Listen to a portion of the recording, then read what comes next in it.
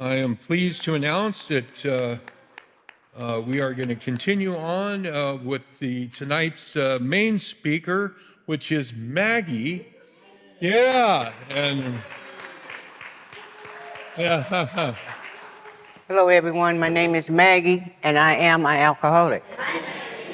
And I'm going to give you a little bit of my story, how it began and where I'm at now.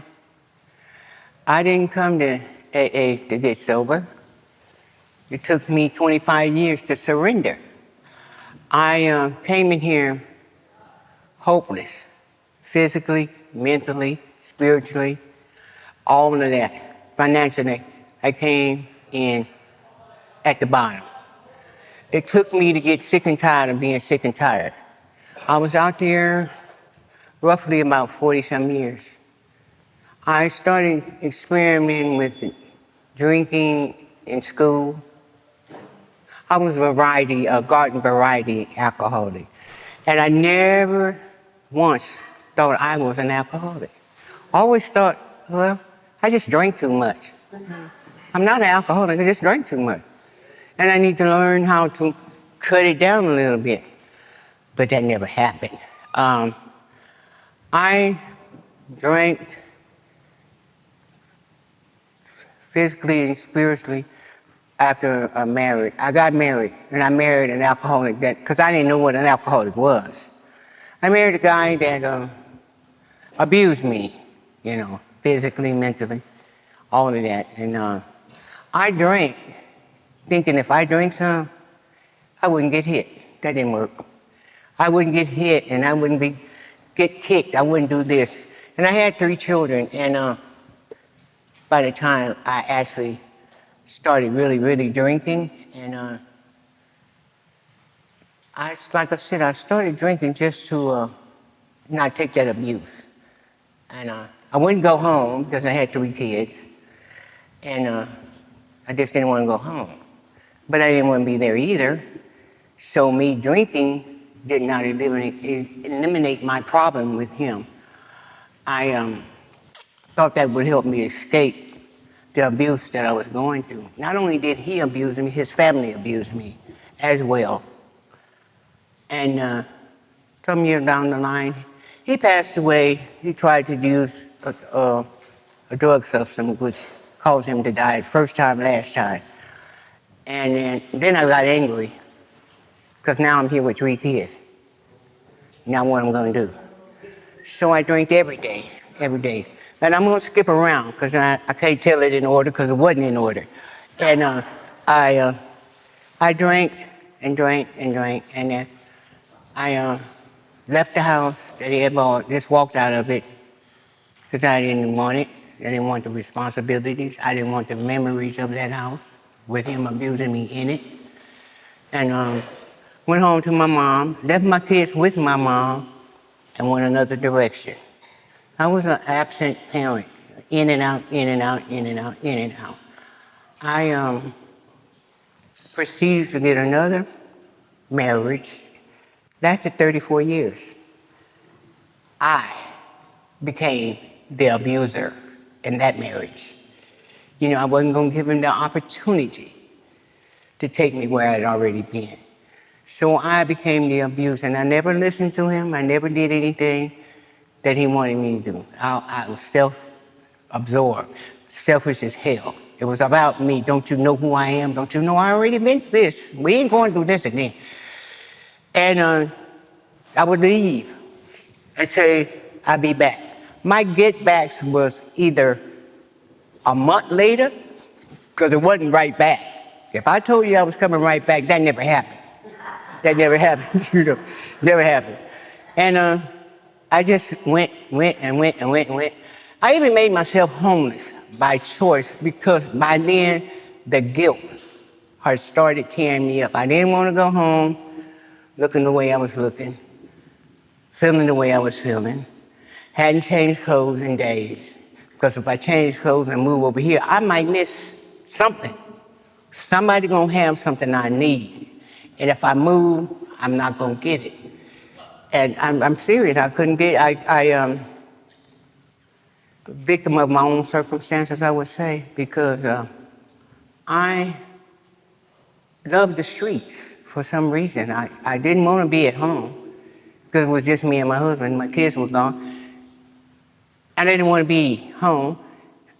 Did want to be married because I needed somebody to take care of me, because I wasn't doing a good job of taking care of myself.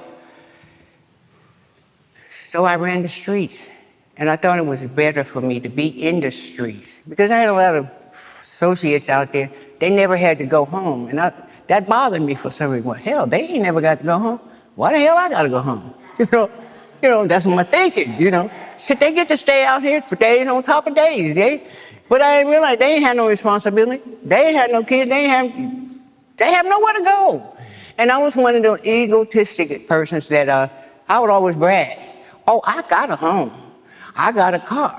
I got a husband. I am better than you. You understand? I was better because I thought I was better. But in the beginning, I was always tell myself, I'm not going to be like them women hanging at the store.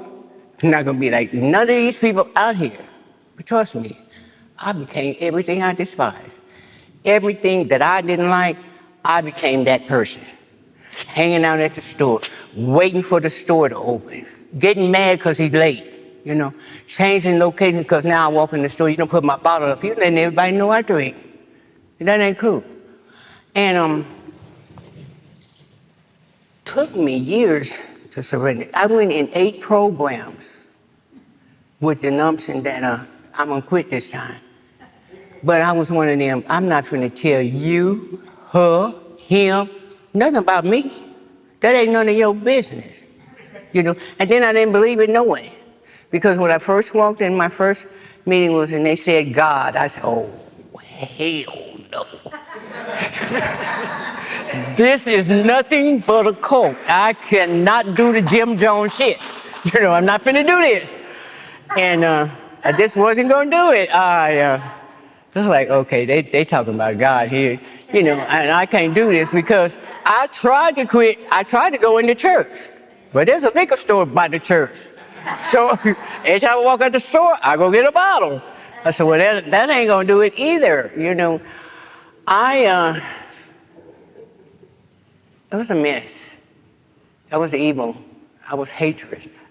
I hated myself. I hated everybody. And growing up, I was molested as a child, so I had a lot of anger issues, and it was directly at every man in this world, because he done did this as a young child, he done did this as I'm getting older, you done abused me, so I took it out on men. I found a way that I could get what I wanted with the body. But I'm gonna promise you it, but I'm definitely not gonna give it to you. I could talk up on this money. So that's what I did a lot of the time. And I always say a victim. I got a Vic. I see a Vic. He got some money. I'm finna get it. Got a Vic. I got a Vic.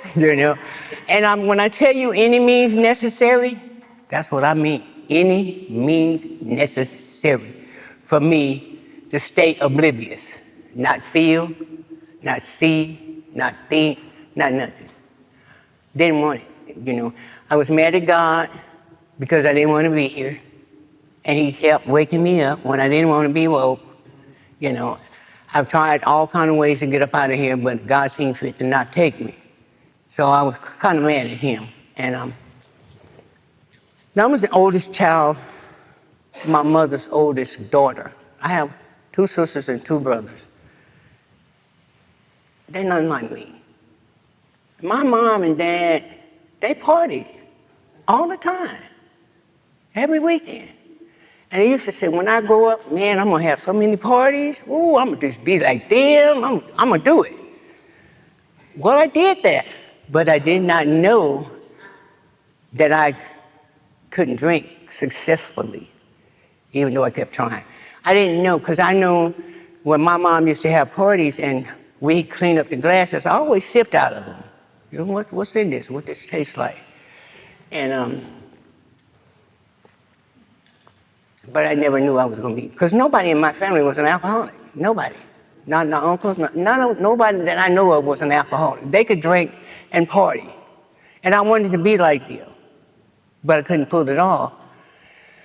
And my life went downhill slowly but surely. Gradually, because I graduated, each step I graduated from this one to that one to this one to that one.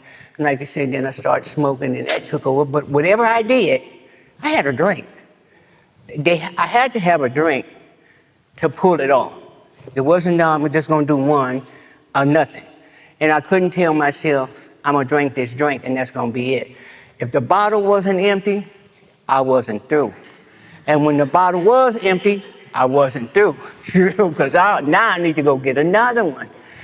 And I get up in the morning and I would drink coffee, but it had more vodka than I had coffee. It just had the color of coffee, but it just had that color. And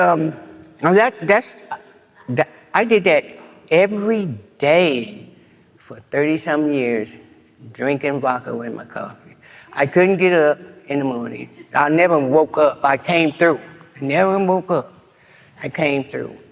And like I said, I went in and out of programs, in and out of programs, in and out of programs, in and out of programs, in and out. This last one, something happened. I don't know what happened. I went in, didn't know what I was going to do. When I got there, didn't do anything the first 30 days, just listen, didn't participate, didn't do none of that. And all of a sudden, this lady's talking, and I'm listening. And she's telling my whole story, my whole life. So I tell her constantly, I said, that lady that was talking, where is she? She said, what lady? The lady that was talking. She said, there wasn't no lady. There was a lady that was talking because she told my story.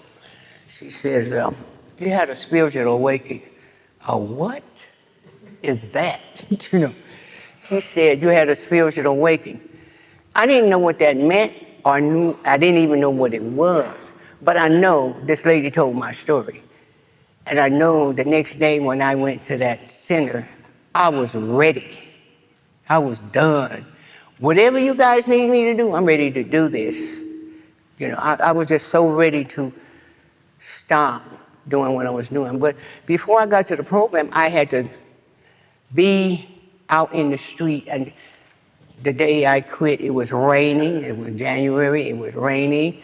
Somebody had took my car. I was out there with nobody, no friends, no nothing. And I just sat on the curb in the rain and asked God, please, I can't do this anymore. I need help. God help me. And I hadn't been up about 2 weeks at the drinking and drugging, and I walked to my mom's house, disgusting looking as I was. And she says, why did you come here like this? I have nowhere else to go.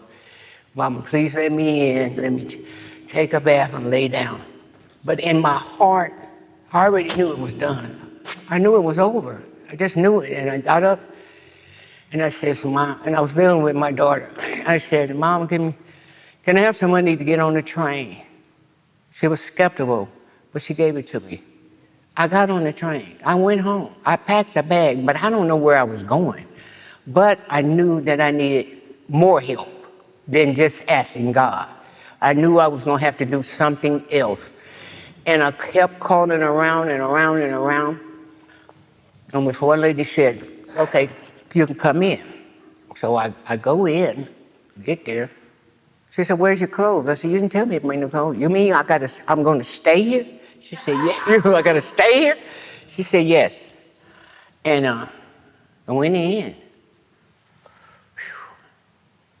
And ironically, before the end of that program, I had already been in that program once before. Didn't even realize it, that I'd already been there. And this is my 8th attempt at getting sober. Because like I said, I would go in and I'd do the 90 days or whatever they said do. Then I'd go home and but you know, I got to go back to the neighborhood. Ooh, I look good. You know, I have to put on my weight. You know, I look good. So, you know, once you get back to the old acquaintance and the old friends, it's not friends, there you go again. There you go again. And I said, damn, here I go once again, you know, back and forth, back and forth, back and forth. But I never did get a sponsor those 8 times because I was not ready to talk to you about me. I didn't want you to know that I was a disgusting person. I'll put it like that. I was.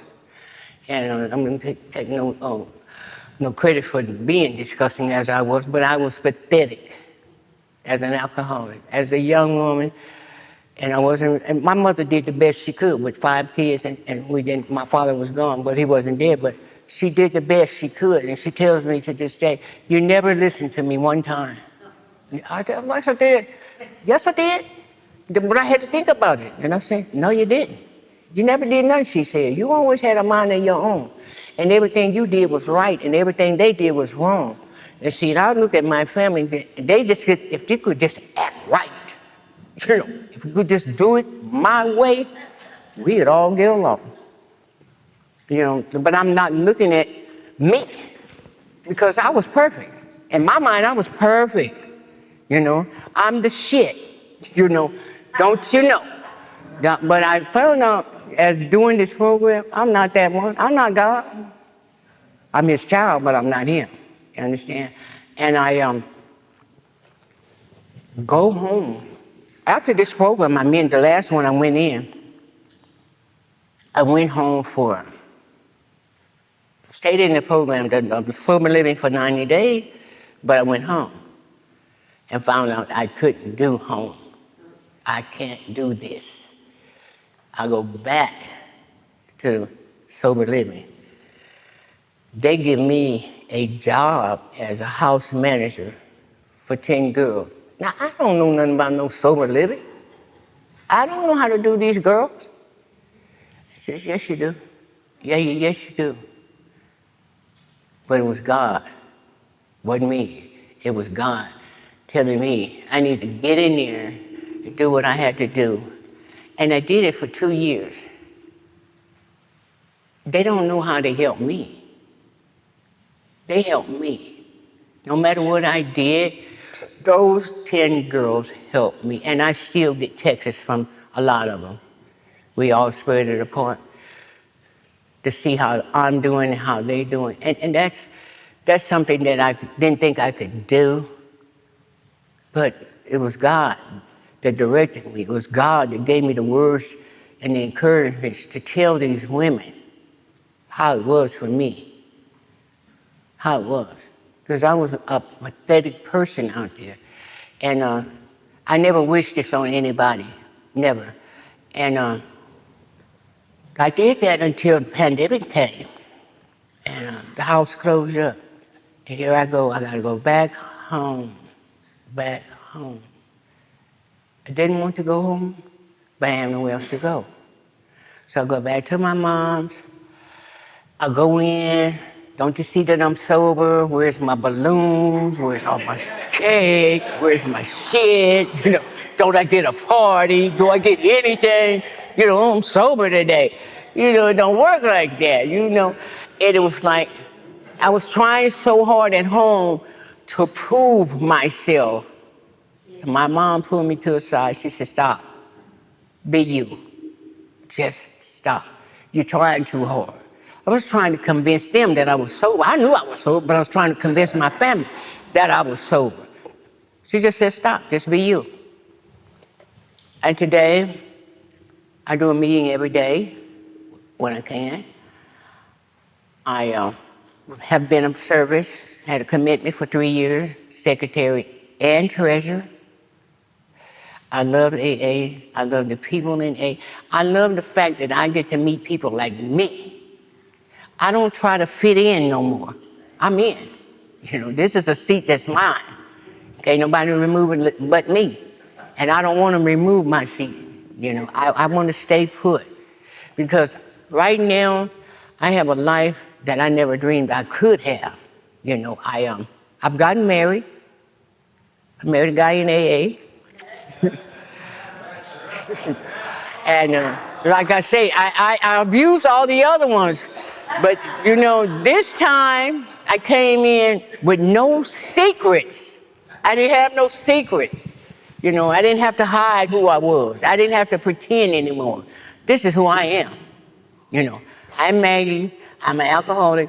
Gonna have that word on my name all the rest of my life. I just don't practice in it, picking it up anymore. I do the daily necessary things. I get up in the morning. I thank God for waking me. I do my prayers. I do my meditation. I do all these things that's required for me to do today. I look back and I say, no. I can't go back. They say if I had another run, would I take it? Nope, I wouldn't, for nothing in the world. My run was so devastating. You know, I watched people die around me and kept doing what I was doing. I watched people just kill over and die. Don't smoke too much, don't drink too much. Just step on and keep going.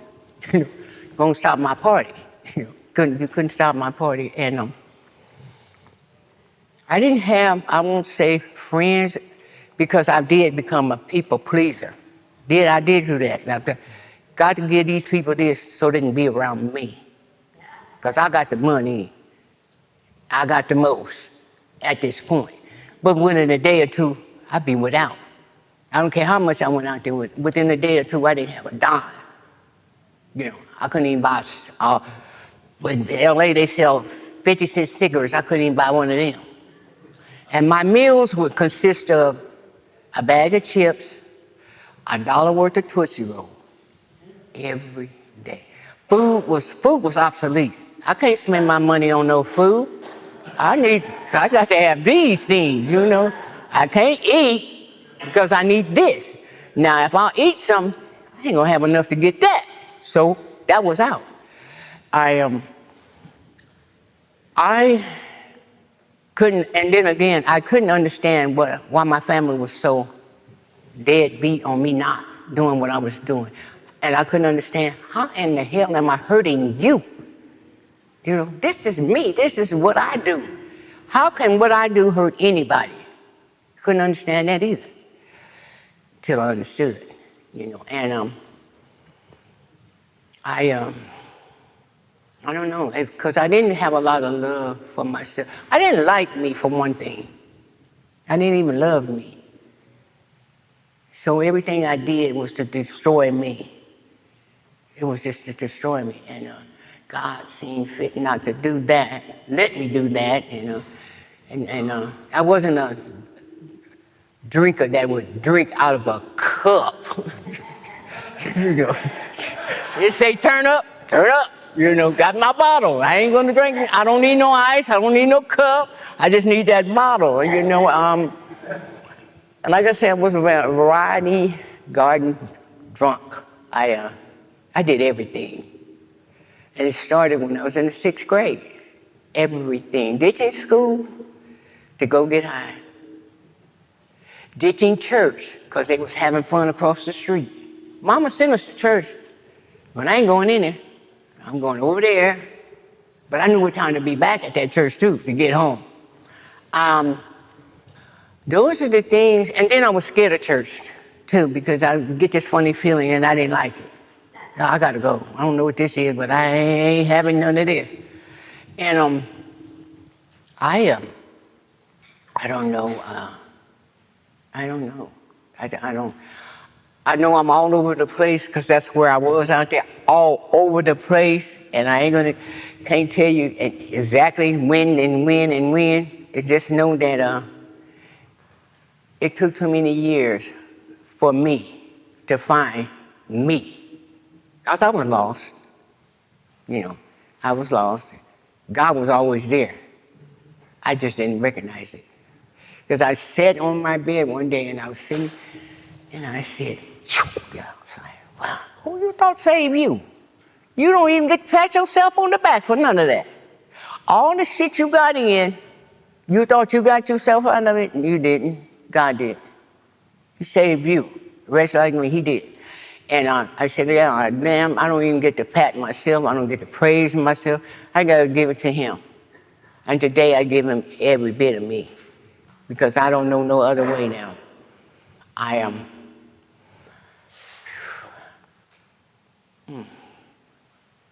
And I have a host of grandkids.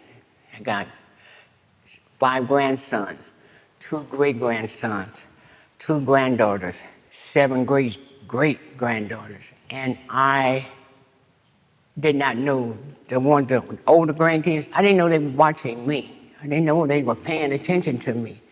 They told me one day, I'll never forget it because I cried. Grandma, can we say this to you? Yeah, you can say whatever you want to say. We like you this way. Whew. Whew. That touched my heart because I went home and I said, Mom, she said, what's wrong? I said, did the kids see me? She said, yeah, they saw you. I said, well, I thought they was always playing, but they was looking at you too. Coming here and toe up, bit, all out of shape, and they was looking at you. I almost lost my great-granddaughter. She's 19 now, and she stopped speaking to me. She just didn't want nothing to do with me. That hurt, because she was one of the ones would call me at night. Mom, I'm worried, could you come home? I'll be there. Maybe next, I would probably get there, but it'd be a month or so before she saw me. And I told that lie over and over again. I am coming home. I'll be home. I'll be home. My husband would even call me and say, do you know where you are? Yep, I'm not lost. I know where the house is. You know, smart ass, you know. And get so bent out of shape and get home and can't find my house. I called my husband. I don't know where I am. He said, what you mean I don't know where I am? He said, what's the address where you at? What's the name of the street? I tell him. He said, get your ass, get your drunk ass out of that car and get in this house. Oh, well, I didn't know I was home. Shit.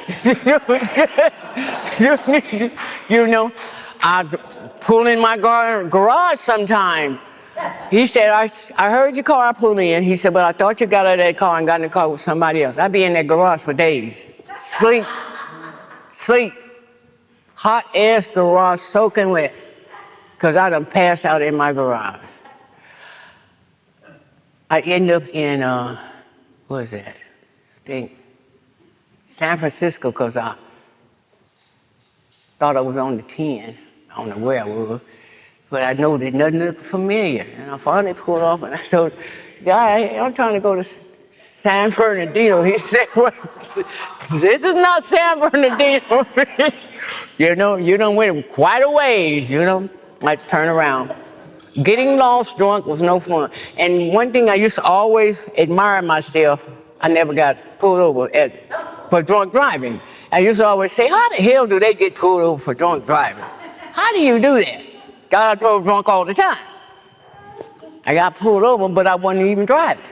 I was sitting in my car. I wasn't even driving. I was sitting in my car high as a kite, but on the wrong side, under the steering wheel. I went to jail. I got tired of going to jail because I got tired of the little bracelets. They didn't match my outfit, so I didn't really want them on, you know, and I got tired of going there, you know. And I had, my day, we had Proposition 36. Did none of that. I could sign the court cards. I could sign all that. Got to do all these classes. I signed them papers, turn them in. I'm not doing that either.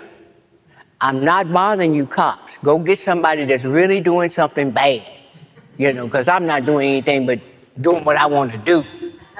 And you need to leave me alone. I said, okay, I got tired. Then I got put on testing. I said, the hell? Nah, I got to stop for real. Well, I wasn't going to stop. But I got out of that because I told the probation officer, no, I take codeine pills. She said, you didn't tell me that. I said, you didn't ask me either. So I said, she said, well, I could say it's cocaine. You could, but you couldn't prove it. So I could take my smart ass in the court and get the whole thing dismissed because I'm about to do this. You know, she cramping my style right now. And then you get to come in my house and search it at any given time. That was like I'm really going to have something in that house for you to see. Nah. I felt, after I got clean, I'm going back and forth, I felt bad how I treated my husband. I really did. Because when I had to write about it, it hurt. Because he didn't deserve it. He didn't deserve it. the way I treated him.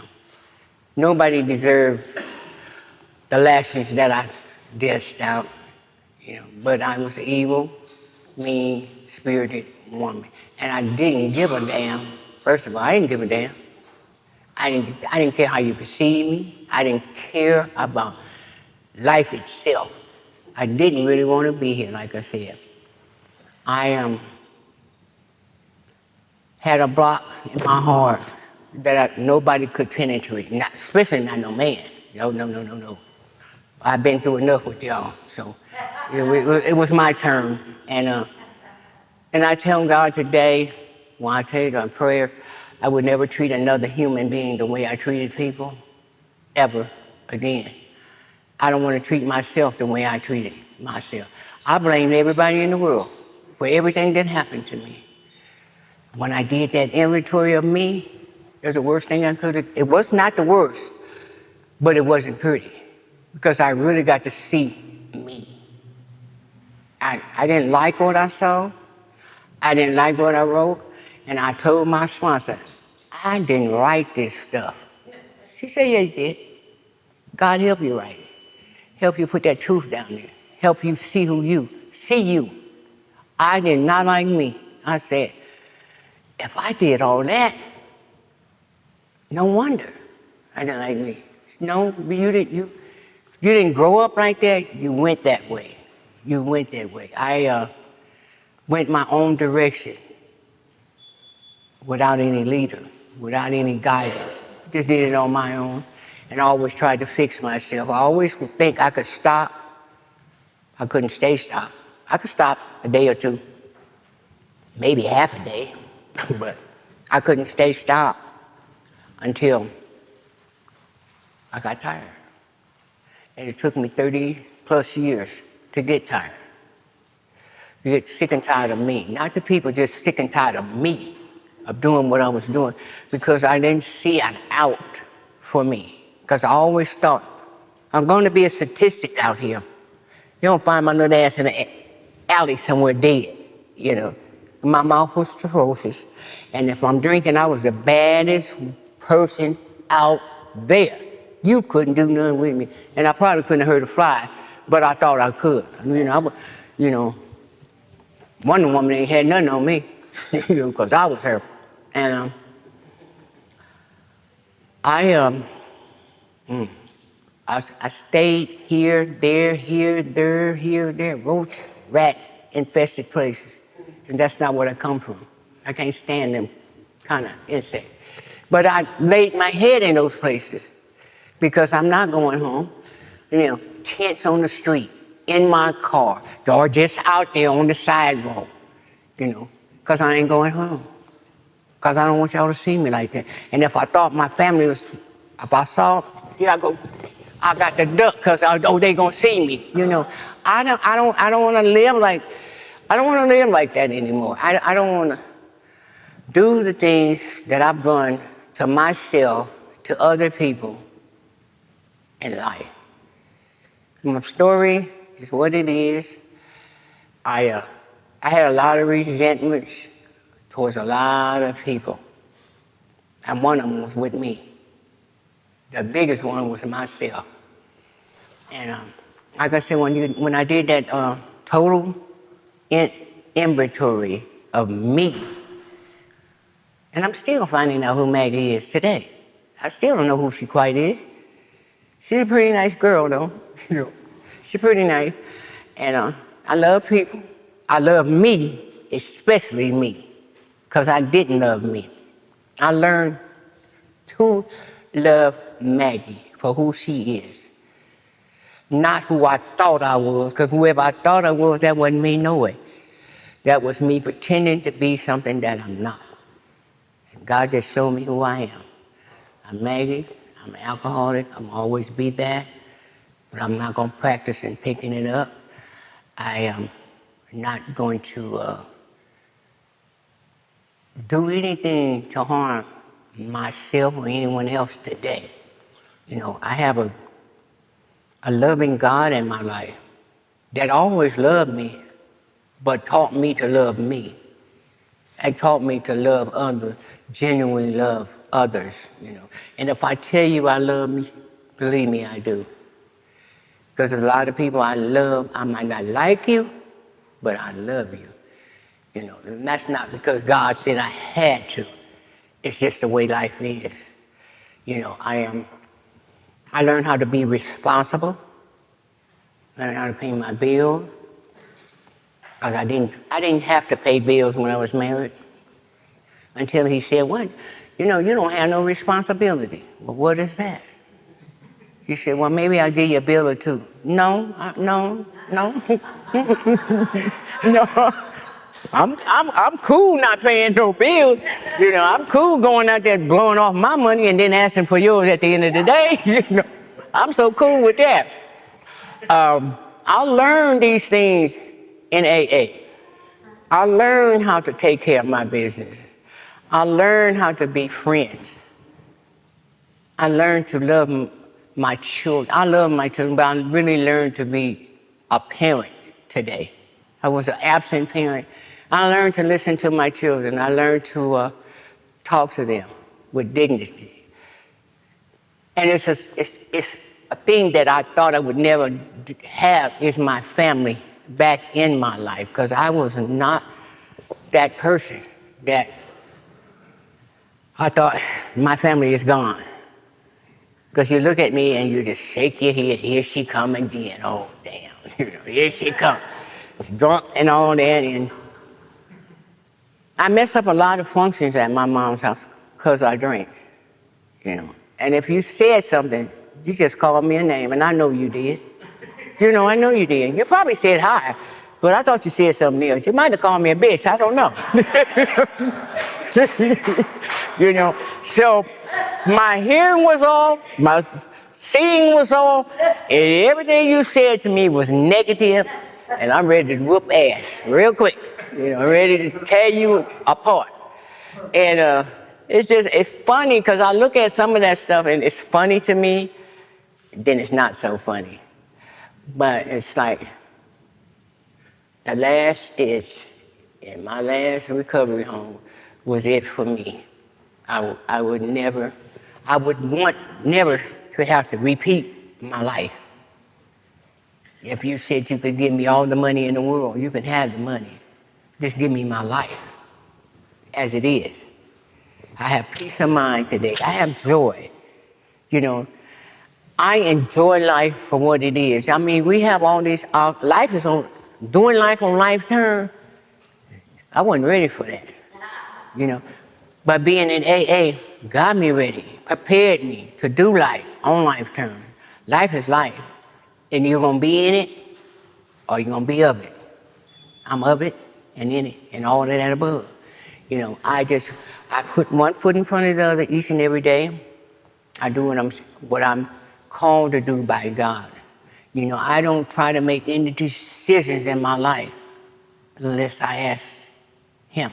You know, I go to Him, and they be like, "Who's she talking to now?" No, I'm talking to God. Just, you know, I ain't lost it. You know, we having a conversation, and you know, I could talk, and it gives me much joy than I ever had in my life. Like I said, I'm coming up on 8 years on Friday, but I never thought I could get 8 seconds and stay sober. I didn't never think that this day would come, and I still don't have nothing but the day, 24 hours. You know, I don't care how many years you got, I still don't even, if I get through these 24 hours, I'm good. I'm real good. And I don't forget that all I have is today, you know.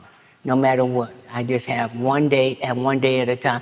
And you know what I used to hate when they used to say, "Keep coming back for what?" Because everywhere I went, they said, "Don't come back.